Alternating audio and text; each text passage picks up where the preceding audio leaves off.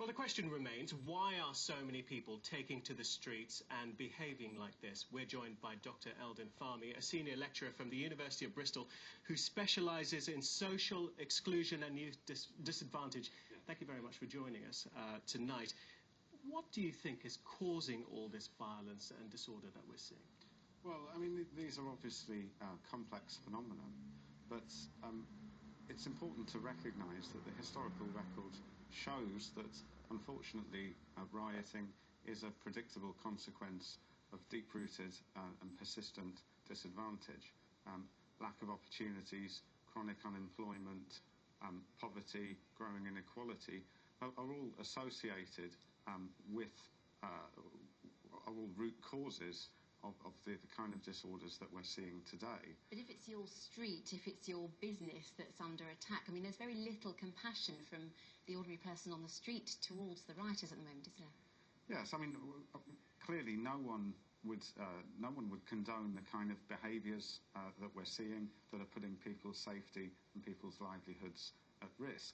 But if we're to really tackle these problems, we need to understand the nature of the problem. We need to understand the underlying causes of the disorder.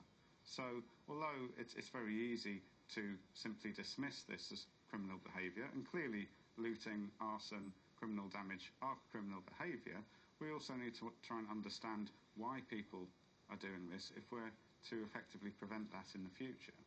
I do understand you're saying that there's a lot of disadvantage and people are doing this because they feel that they're not getting anywhere. But people have struggled in the past. They haven't turned to this complete disrespect.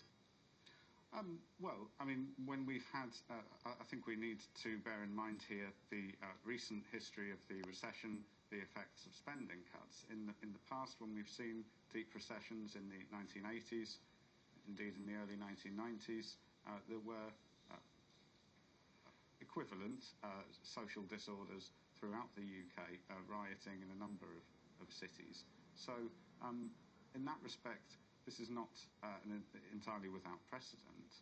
There is, unfortunately, as I've said, a strong association between persistent disadvantage and disorder. Dr. Fahmy, very interesting conclusions there. Thank you very much for joining us.